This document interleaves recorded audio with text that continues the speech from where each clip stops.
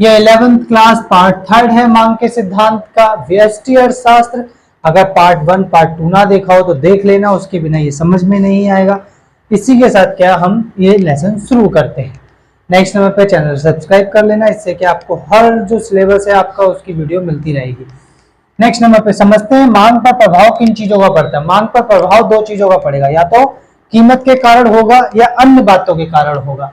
इसका मतलब है या तो मांग बढ़ेगी घटेगी उसकी अपनी कीमत की वजह से या अन्य कारणों से, यानी उपभोक्ता की आय की वजह से हो सकता है, संबंधित वस्तु की कीमत की क्या परिवर्तन की वजह से हो सकता है, भविष्य में रुचि आदत तथा फैशन में परिवर्तन के कारण हो सकता है, या आपका क्या है वो क्या बोलते हैं उपभोक्ता की बस में भविष्य में कीमत परिवर्तन होगा, रुचि आदत तथा फैशन, ये क्या है इनके कारण क्या प्रभाव पड़ सकता है मांग के ऊपर। अब समझते हैं मांग की मात्रा में वृद्धि किसे कहते हैं।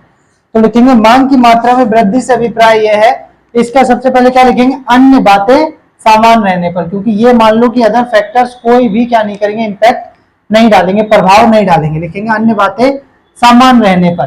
तो अन्य बातें समान रहने का मतलब जान लो कि उपभोक्ता की आय में कोई परिवर्तन नहीं होगा, संबंधित वस्तु की कीमत में कोई परिवर्तन नहीं होगा, रुचि आदत तथा फैशन में कोई परिवर्तन नहीं होगा और भविष्य में कीमत परिवर्तन की संभावना नहीं रहेगी। तो क्या लिखेंगे आंसर अन्य बातें समान रहने पर यदि किसी वस्तु की कीमत कम हो जाती है तो उसकी मांग बढ़ जाती है। देखो इसमें मांग का नियम लागू होगा क्योंकि इसमें मात्रा बढ़ है, तो क्या कीमत कम हुई तो मांग बढ़ गई, तो इसे मांग की मात्रा में वृद्धि कहते हैं। जैसे कि ये प्राइस है और ये डिमांड है, प्राइस 10 रुपए था तो डिमांड कितनी थी 100 मान लेते हैं। प्राइस क्या हो गया कम हो गया 8 हो गया तो डिमांड क्या हो जाएगी बढ़ जाएगी, क्योंकि कीमत कम होने पर लोग ज्यादा खरीदने लगेंगे। नेक्स्ट नंबर पे कीमत क्या हो गई और कम हो गई 5 हो गई तो लोगों ने कितना खरीदने लगे 150। क्लियर है। अब इसी का आपको एक ग्राफ बनाना है। ग्राफ कैसे बनाएंगे, तो ये रहा एक्स, ये रहा वाई, ये रहा जीरो, प्राइस और ये क्या है क्वांटिटी। क्लियर है। प्राइस क्या हो गया कम हो गया, कम हो गया तो मतलब यहां पर है तो इससे नीचे जाएगा तो मांग बढ़ जाएगी, यानी जो आगे निकलेगा। क्लियर है। P1 और ये क्या हो गया आपका Q1, ये देखो किधर की तरफ आ रहा है नीचे की तरफ, तो मांग वक्र का चलन इसमें किधर हो रहा है तो नीचे की ओर इसका चलन हो रहा है। क्लियर है। डेफिनेशन पता चल गई। अन्य बातें समान रहने पर किसी वस्तु की कीमत कम होगी तो मांग बढ़ जाएगी। फिर देखो टेबल 10 रुपए पे 100 थी मांग, 8 हुई तो 120 हो गई, 5 हुई तो 150 हो गई।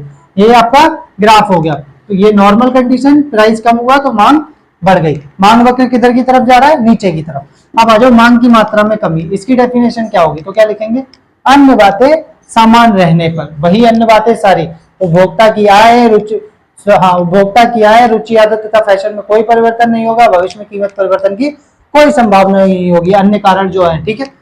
नेक्स्ट नंबर पे समझते हैं क्या कि अन्य बातें समान रहने पर यदि किसी वस्तु की कीमत बढ़ जाती है तो उसकी मांग कम हो जाती है। इसी को मांग की मात्रा में कमी कहते हैं या मांग में संकुचन कहते हैं, यानी सुकड़ जाना कहते हैं। क्लियर है। जैसे कि मान के चलो ये प्राइस है और ये आपका डिमांड है। प्राइस 10 था तो डिमांड कितनी हो गई थी 100। प्राइस अब बढ़ रहा है कितना हो गया 12 हो गया तो डिमांड क्या हो गई और कम हो गई।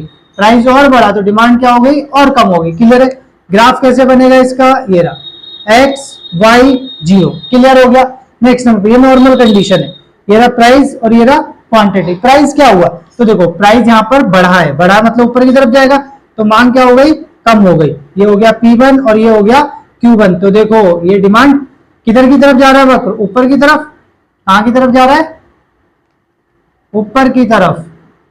क्लियर है। आ रहा है समझ नहीं आ रहा। ठीक है। क्या अन्य बातें समान रहने पर किसी वस्तु की कीमत बढ़ती है तो मांग घट जाती है, इसी को मांग की मात्रा में कमी या मांग में संकुचन कहते हैं। एक टेबल बना के दिखा देना है और एक आपका क्या है ग्राफ। अब समझते हैं मांग की मात्रा में परिवर्तन किसे कहते हैं, तो क्या लिखेंगे अन्य बातें समान रहने पर, वही उपभोक्ता की आय अन्य बातों में आता है, मैं रुचि आदत तथा फैशन में परिवर्तन अन्य बातों में आता है। नेक्स्ट नंबर उपभोक्ता की आय रुचि आदत तथा फैशन। थर्ड नंबर पे क्या संबंधित वस्तु की कीमत होगी, भविष्य में कीमत परिवर्तन की संभावना हो गई, ये नहीं होंगी। अन्य बातें समान रहने पर यदि किसी वस्तु की कीमत में क्या यहाँ परिवर्तन है इसलिए दोनों पढ़ेंगे। क्या लिखेंगे अन्य बातें समान रहने पर यदि किसी वस्तु की क्या लिखेंगे मांग की मात्रा में वृद्धि होती है या फिर मांग की मात्रा में कमी होती है। जब दोनों का एक साथ अध्ययन करते हैं तो उसे मांग की मात्रा में परिवर्तन कहते हैं या मांग में संचलन कहते हैं। क्लियर हो गया। और इजी डेफिनेशन ये हो जाएगी अन्य बातें समान रहने पर जब मांग की मात्रा में वृद्धि और मांग की मात्रा में कमी का एक साथ अध्ययन करते हैं तो उसे मांग की मात्रा में परिवर्तन कहते हैं। इसमें दोनों ही है। कैसे? ये प्राइस और ये आ गया डिमांड। प्राइस 10 था तो डिमांड 100 चल रही थी, प्राइस क्या हो गया? बढ़ गया, 12 हो गया तो कितनी हो गई? 100 सॉरी कम हो जाएगा ना, प्राइस बढ़ेगा तो फिर कितना हो गया? 15, तो और डिमांड कम होगी। अब प्राइस देखो कम हुआ, 12 हो गया 15 से, तो डिमांड कितनी हो गई? 80।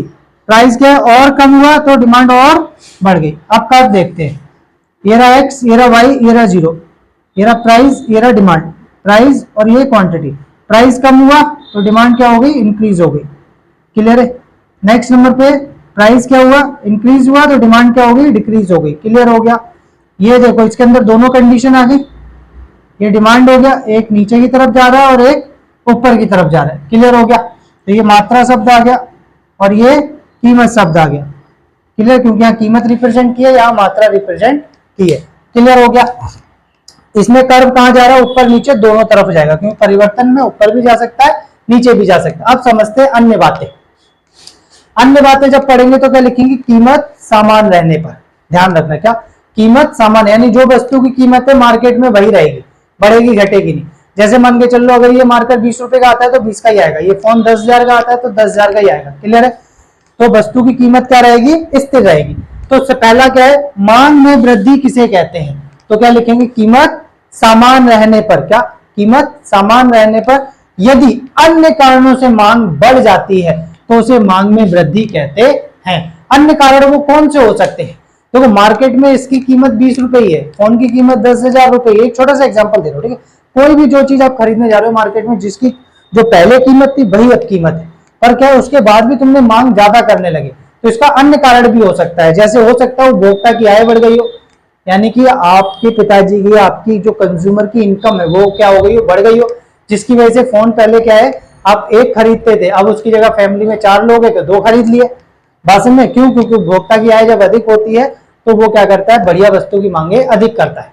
हो सकता है कि उपभोक्ता की आय कम हो गई हो इसलिए उसने घटिया वस्तु की मांग बढ़ा दी हो, क्योंकि उपभोक्ता की आय सैलरी कम होगी तो घटिया वस्तु की मांगे ज्यादा करने लगेगा। क्लियर हो गया? जैसे क्या करेंगे हम यहाँ पर एग्जांपल लेंगे, प्राइस और डिमांड। प्राइस सेम रहेगा, 10 रुपए है तो 10 ही रहेगा। डिमांड क्या हो गया? पहले 100 था, फिर एकदम 120 हो गया, फिर 140 हो गया। क्लियर है? तो 1 नंबर का क्वेश्चन आ जाता है कि मांग में वृद्धि हुई, तो उसका बताइए क्या कारण की वजह से मांग में वृद्धि होगी। आजकल एमसीक्यू क्वेश्चन आने लगे इसलिए 4 ऑप्शन लिखे हुए आएंगे, तो उसमें समझना है कि उपभोक्ता की आय, जैसे कहते हैं उपभोक्ता की आय घटने पर उसने क्या किया? बढ़िया वस्तु की मांग को क्या कर दिया? कम कर दिया। तो ये सही है? नहीं। उपभोक्ता की आय घटेगी तो वो बढ़िया वस्तु की मांग को क्या करेगा? कम करेगा, तो ये कारण नहीं होगा। कौन सा कारण होगा? उपभोक्ता की आय बढ़ने पर वो बढ़िया वस्तु की मांग बढ़ा देगा, उपभोक्ता की आय कम होने पर भी वो बढ़िया घटिया वस्तु की मांग बढ़ाएगा। क्लियर? नेक्स्ट नंबर पे क्या? रुचि, आदत तथा फैशन। जब उपभोक्ता को रुचि हो या आदत हो या फैशन हो, आवाज में नहीं है, तब वो क्या करेगा? मांग अधिक करेगा, अधिक कीमत पे भी। इसके अगेंस्ट ले लेते हैं एक छोटा सा एग्जांपल। यदि उपभोक्ता की आय कम होती है, बात समझ में है क्या? उपभोक्ता की आय कम होती है, आवाज में नहीं है, तो उस कंडीशन में मांग में वृद्धि नहीं होगी। एक भविष्य में अगर कीमत क्या है? बढ़ने की संभावना है, तो अभी मांग क्या हो जाएगी? कम हो जाएगी कि ज्यादा हो जाएगी? ज्यादा होगी ना, क्योंकि आपको पता है आज आलू 10 रुपए किलो मिल रहे, कल ये कितने हो जाएंगे? 20 रुपए किलो हो जाएंगे। एक छोटा सा एग्जांपल है, ठीक है? तो उस दौरान क्या है? लोग अभी उसकी मांग ज्यादा करेंगे, सोचेंगे अभी खरीद के उन्हें रख लेते हैं। क्लियर है? नेक्स्ट नंबर पे यहां पर देखते, ये क्या होगा? प्राइस। क्लियर है? ये रहा। ओके, प्राइस क्या इक्वल है? तो 10 देखो सेम, ये कंडीशन नॉर्मल हो गई क्वांटिटी। अब बढ़ रही है तो किधर की तरफ जाएगा? दाईं तरफ। क्लियर है? ये क्या हो गया? डिमांड, और ये वाला D1, ठीक है? इसको E बोलेंगे, इसको E1 बोलेंगे। तो किधर की तरफ जा रहा है? फॉरवर्ड, आगे की तरफ जा रहा है, यानी कि दाईं तरफ। कहां पर? दाईं तरफ। नेक्स्ट नंबर पे कह रहा है मांग में कमी किसे कहते हैं? तो लिखेंगे अन्य बात, सॉरी, कीमत समान रहने पर यदि अन्य कारणों से मांग कम हो जाती है तो उसे मांग में कमी कहते हैं। हो सकता है कि उपभोक्ता की आय कम हो गई हो जिसकी वजह से उसने बढ़िया वस्तु की मांग को कम कर दिया हो। क्लियर? हो सकता है उपभोक्ता की आय बढ़ गई हो इसलिए उसने घटिया वस्तु की मांग को कम कर दिया हो। अर्ज में हो सकता है भविष्य में कीमत क्या हो? बढ़ने की संभावना हो। अर्ज में क्या? उपभोक्ता कीमत घटने की संभावना हो, इसलिए उसने मांग अभी कम कर दी हो। जैसे आलू अगर मान के चलो भी मार्केट में 20 रुपए किलो है, और तुम्हें पता चले 10 दिन बाद ये 5 रुपए किलो हो जाएंगे, तो तुम अभी अगर 50 किलो खरीदने वाले होगे तो 10 ही किलो खरीदोगे, ये सोच के जब ये सस्ते हो जाएंगे तब ज्यादा खरीदेंगे। क्लियर है? तो इसी तरीके से यहाँ पर देखते हैं क्या, प्राइस डिमांड, प्राइस कितना है 10 10 10 10। क्लियर है? 3 ही काफी है। नेक्स्ट नंबर पे मान के चलो 100 डिमांड चल रही थी, फिर क्या हो गया, कम हो गई, 80 हो गई 10 ही पर, और कितनी हो गई फिर 50 हो गई। यहाँ पर क्या करेंगे हम, एक कर्व बना देंगे, ये रहा प्राइस, ये नॉर्मल कंडीशन क्वांटिटी। अब देखो कम हो रहा है तो किधर की तरफ आएगा, बाईं तरफ। इसको क्या बोलेंगे, डिमांड D1, इसको क्या बोलेंगे D, सॉरी इसको D, इसको D1, ये हो गया E, ये हो गया E1। क्लियर है? किधर की तरफ है, तो बाईं तरफ है, किधर, बाईं तरफ। क्लियर हो गया? अब यहां पर हम क्या करेंगे, ये 0 लिख देंगे, ये x है, ये y है, ठीक है। ये नीचे की हमने मात्रा रिप्रेजेंट की है और यहाँ पर कीमत को रिप्रेजेंट किया है, प्राइस को। क्लियर हो गया?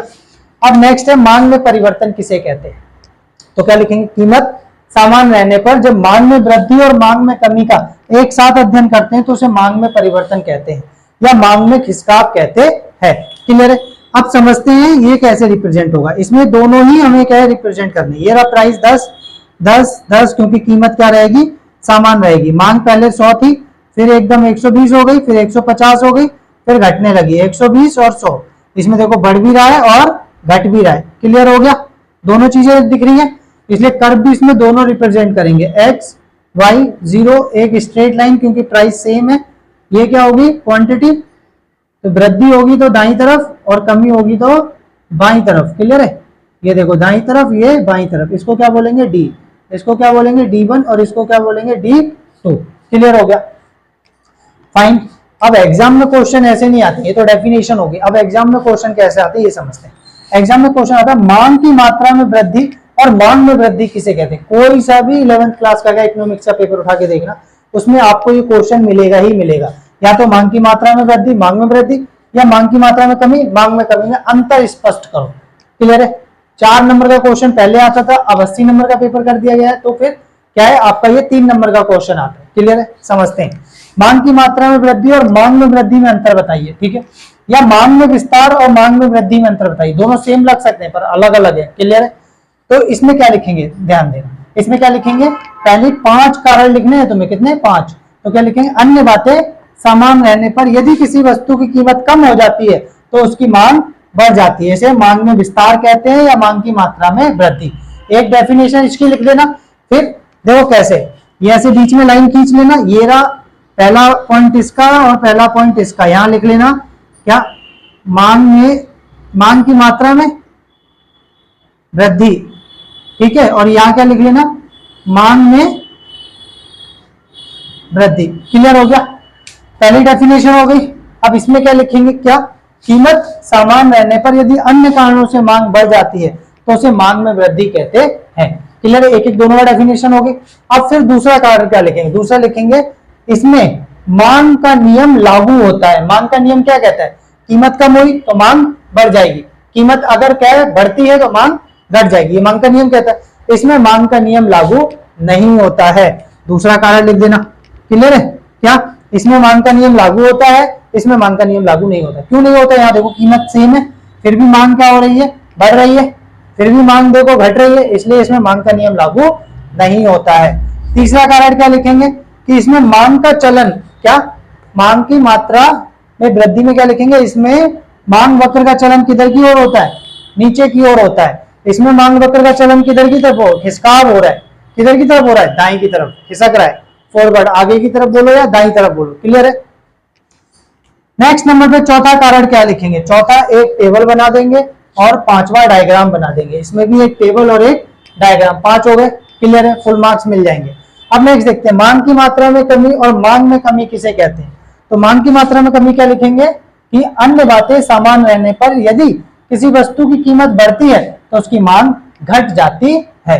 इसे मांग की मात्रा में कमी या मांग में संकुचन कहते हैं। इसमें क्या लिखेंगे, इसमें लिखेंगे कीमत समान रहने पर यदि अन्य कारणों से मांग क्या होती है, कम हो जाती है तो उसे मांग में कमी कहते हैं। क्लियर है? इसमें क्या लिखेंगे कि मांग का नियम लागू होता है। दूसरा कारण, इसमें मांग का नियम लागू नहीं होता है। क्यों नहीं होता पता चल गया, क्योंकि देखो कीमत समान है फिर भी मांग घट रही है। ठीक है? क्यों हो, क्योंकि हो सकता है उपभोक्ता की आय कम हो गई हो, जिसकी वजह से उसने क्या बढ़िया वस्तु की मांग को कम कर दिया। क्लियर। नेक्स्ट नंबर पे तीसरा, इसमें मांग वक्र का चलन कहाँ होता है, ऊपर की तरफ। इसमें मांग वक्र का खिसकाव किधर की ओर होता है, बाईं तरफ। किधर, बाईं तरफ। 3 हो गए। चौथा टेबल, पांचवा डायग्राम, इसमें भी चौथा टेबल पांचवा डायग्राम। क्लियर हो गया। अब आ जाओ मांग की मात्रा में परिवर्तन और मांग में परिवर्तन किसे कहते हैं। क्या क्वेश्चन आ जाता है, मांग में संचलन या मांग में खिसकाव किसे कहते हैं। क्लियर, तो समझते हैं। क्या अन्य बातें समान रहने पर जब मांग की मात्रा में वृद्धि और मांग की मात्रा में कमी का एक साथ अध्ययन करते हैं तो उसे मांग की मात्रा में परिवर्तन कहते हैं। क्लियर, या मांग में संचलन कहते हैं। अब दूसरी इसमें डेफिनेशन क्या लिखेंगे, कीमत समान रहने पर जब मांग में वृद्धि और मांग में कमी का एक साथ अध्ययन करते हैं तो उसे मांग में परिवर्तन कहते हैं। एक एक हो गया। दूसरा, इसमें मांग का नियम लागू होता है और इसमें मांग का नियम लागू नहीं होता। देखो, क्योंकि कीमत समान है फिर भी मांग घट बढ़ रही है। ठीक है। नेक्स्ट, इसमें मांग वक्र का चलन ऊपर तथा नीचे दोनों तरफ होता है। इसमें मांग वक्र का खिसकाव दाईं तथा बाईं, आरस में नहीं आ रहा, दोनों तरफ हो सकता है। तीसरा टेबल, चौथा डायग्राम। तीसरा टेबल, चौथा डायग्राम। क्लियर हो गया। इसी के साथ क्या है, इसमें एक क्वेश्चन आपका 3 नंबर का कंप्लीट हो गया।